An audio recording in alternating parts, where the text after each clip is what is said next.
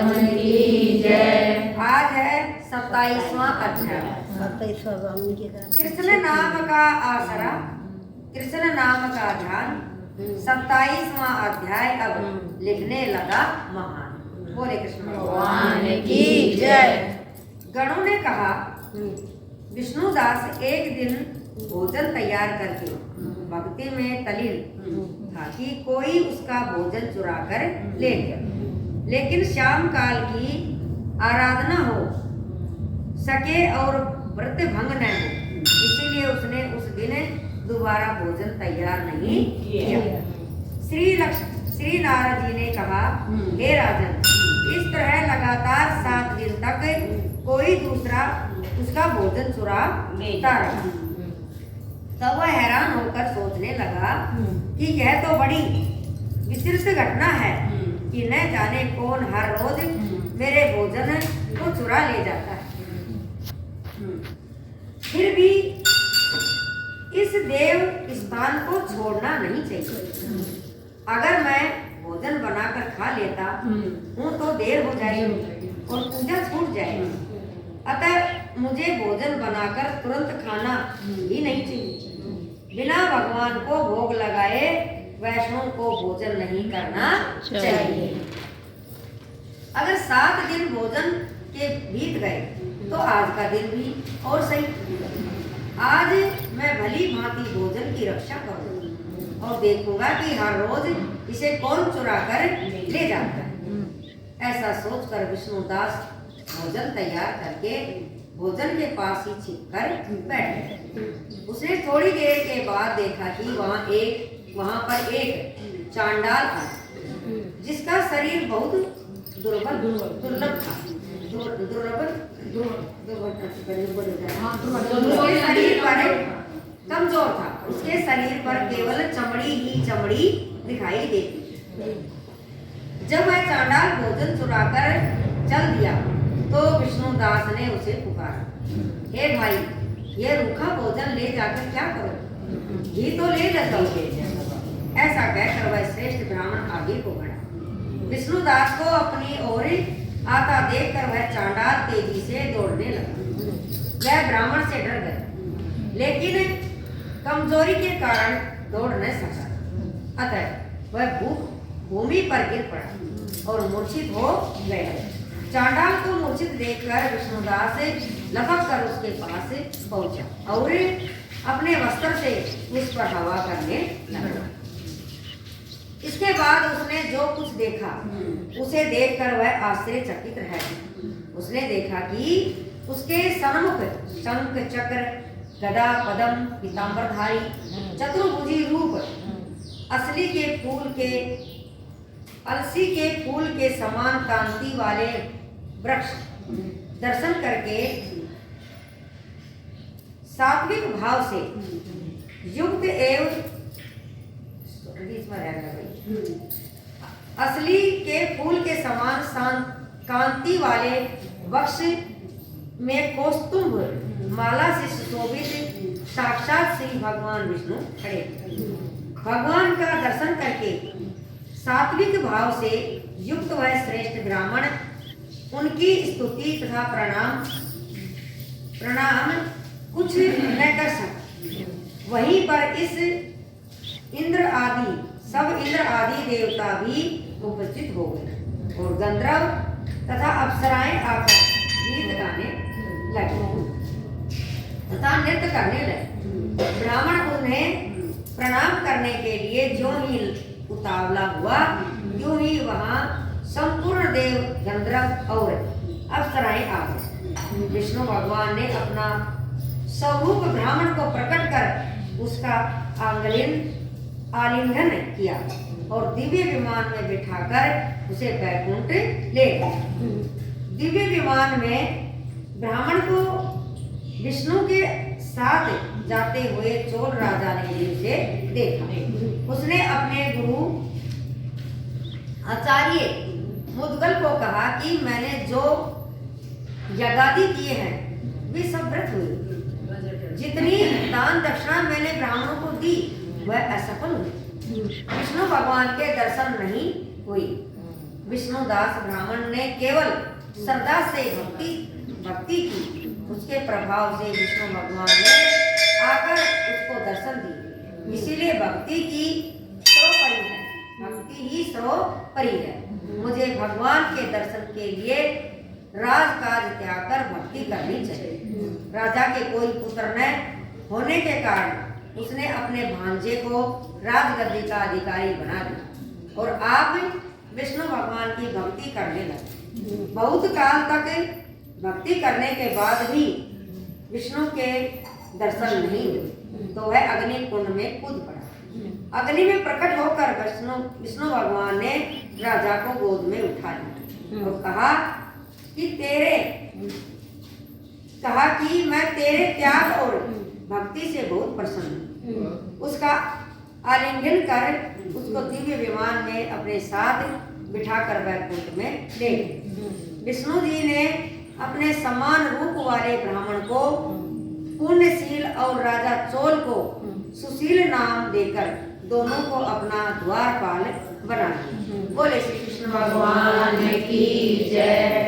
श्रीमन नारायण नारायण नारायण, श्रीमन नारायण नारायण नारायण, श्रीमन नारायण नारायण नारायण, मुरारी हे नाथ नारायण वासुदेवा, श्री कृष्ण गोविंद हरे मुरारी, हे नाथ नारायण वासुदेवा, हे नाथ नारायण वासुदेवा। बोले श्री कृष्ण भगवान की जय। बोले कार्तिक महात्म की जय। आज 28वां अध्याय कार्तिक महात्म का। पढ़े सुने जो प्रेम से वह हो जाए शुद्ध स्वरूप। यह 28वां अध्याय कार्तिक कथा अनु। बोले श्याम रामचंद्र भगवान की जय। इसमें जो धर्मदत्त ब्राह्मण था, उस चोल राजा था और वो धर्मदत्त राजा था ना, ब्राह्मण था। उनकी कहा सुनी कि भाई तुलसी का पत्ता से तूने भगवान को सारा ढक दिया, मेरा तो उसी में चलता हुआ ये आ गया। तो धर्मदत्त ने पूछा, हे भगवान, जय और अजय ने अपने पूर्व जन्म में ऐसा कौन सा पुण्य किया जिससे भगवान विष्णु का रूप धारण करके वह अनेक द्वारपाल हुए। उनके द्वारपाल हुए भगवान। प्राचीन काल में वर्ण बिंदु की पुत्री देवहूति से कदम ऋषि द्वारा केवल देखने मात्र से ही 2 सुंदर बालक उत्पन्न हुए। उनमें से बड़े का नाम जय और छोटे का नाम अजय हुआ। बाद में देवहूति के गर्भ से कपिल देव जी भी हुई। जय और अजय दोनों ही विष्णु जी के बड़े भक्त और धर्मात्मा थे। दोनों ही नित्य प्रति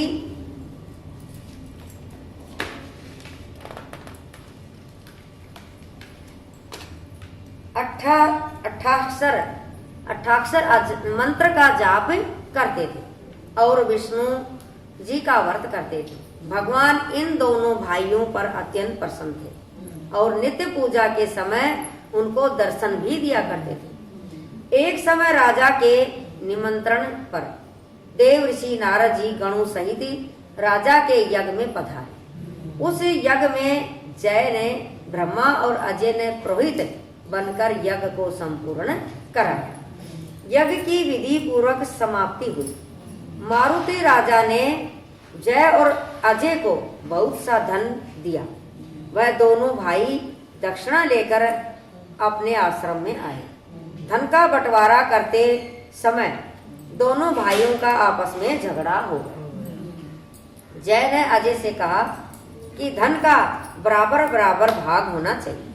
अजय ने कहा कि जितना धन जिसको मिला उतना धन उसका ही है। तब जय ने क्रोध में आकर अजय को श्राप दिया कि तुम धन लेकर नहीं देना चाहते हो, इसीलिए तुम ग्राह हो जाओ। अजय ने मगरमच्छ बना। हाँ। वही है। अजय ने जय का दिया श्राप स्वीकार कर लिया और जय को श्राप दिया कि तू अभिमानी है, इसीलिए तू हाथी हो जा। हाँ, गज और ग्रह दोनों। जब नियम पूर्वक दोनों की पूजा के समय भगवान उनको दर्शन देने के लिए आए तो दोनों ने भगवान से श्राप मोचन का उपाय पूछा। दोनों ने प्रभु से कहा, हे देव, हम दोनों आपके भक्त हैं, मगर हम हाथी व ग्रह की योनि में कैसे होंगे? हे कृपा सागर, श्राप से हमारा उद्धार कीजिए। भगवान विष्णु ने कहा, मेरे भक्तों की वाणी कभी असत्य नहीं होगी।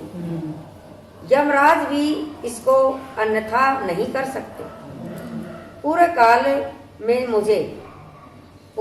में मुझे भक्तराज प्रहलाद के कहने पर खंबे से प्रकट होना पड़ा और राजा अम्बरीश के कहने पर 10 अवतार लेने पड़े थे।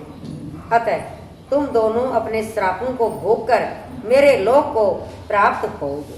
इतना कहकर विष्णु जी अंतर्ध्यान हो गए। फिर वह गंडकी नदी के किनारे गंडकी नदी के किनारे हाथी और मगर हुई। पूरे जन्म का स्मरण कर रहने के कारण इस योनि में भी श्री भगवान विष्णु का व्रत नियम से किया करते थे। एक दिन कार्तिक की पूर्णमासी को वह हाथी स्नान करने को गंडकी नदी में गया। तब पिछले जन्म का श्राप स्मरण करके मगर ने हाथी का पांव पकड़े तो हाथी ने भी विष्णु का स्मरण किया। फिर क्या था, तुरंत ही शंख चक्र गदा पद्मधारी भगवान ने अपने सुदर्शन चक्र द्वारा उन दोनों को अपने जैसा रूप देकर उन्हें बैकुंठ में ले गए। उसी दिन से उस स्थान का नाम हरि क्षेत्र प्रसिद्ध हुआ। चक्र के आघात से वहां के पत्थरों में भी चिन्ह बने हुए हैं। वह दोनों जय और अजय के नाम से आज तक संसार में प्रसिद्ध हैं। हे प्रिय, आपने विष्णु जी के द्वारपाल के संबंध में जो प्रश्न किया था उनका विस्मृत उत्तर मैंने दे दिया, विस्तार से उत्तर मैंने दे दिया। इसीलिए हे द्विज, तुम भी ईर्ष्या और द्वेष को त्याग कर नित्य भगवान विष्णु का व्रत करो। जगत के प्रत्येक जीव को समदृष्टि से देखो। तुला मकर मेष की संक्रांति में नित्य प्रातः स्नान किया करो। तुलसी वन की रक्षा किया करो। एकादशी व्रत किया करो। गो ब्राह्मण वैष्णव की सेवा किए लिए हर समय तैयार रहो। व्रत करने वाले को मसूर की दाल और बैंगन के साग को कदापि प्रयोग न करना चाहिए। हे धर्मदत्त, ऐसा करने पर तुम शरीर त्याग कर हम लोगों के समान गति पाओगे। भगवान विष्णु को प्रसन्न करने वाले इस व्रत के समान फल देने वाला तीर्थ दान और यज्ञ दूसरा कोई नहीं है। हे प्रिय, तुम धन्य हो क्योंकि तुमने विष्णु को प्रसन्न करने वाला व्रत किया है, जिसका आधा फल तुमने कलहा को दिया था। उसके बाद हम कला को बैकुंठ में ले जा रहे हैं।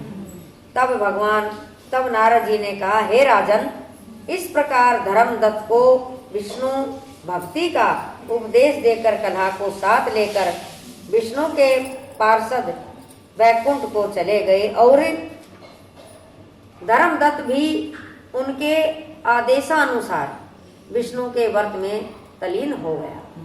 जब उसका देहांत हुआ तो अपनी स्त्रियों के साथ विष्णु लोक को गया।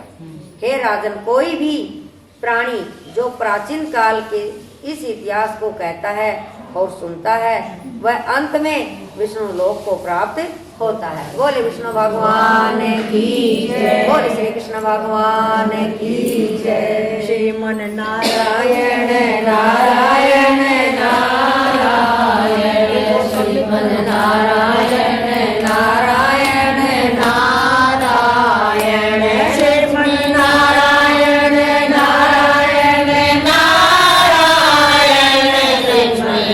नारायण नारायण नारायण श्रीमन नारायण नारायण नारायण। बोले श्री कृष्ण भगवान की जय। लगा मेरी नाव किनारे पर ओ राधा के भरतार लगा मेरी नाव किनारे पे ओ राधा के भरतार लगा मेरी नाव किनारे पे ओ राधा के भरतार नाव में मोर ध्वज बैठा तेरी नाव में मोर ध्वज बैठा तेरे नाम का सुमरण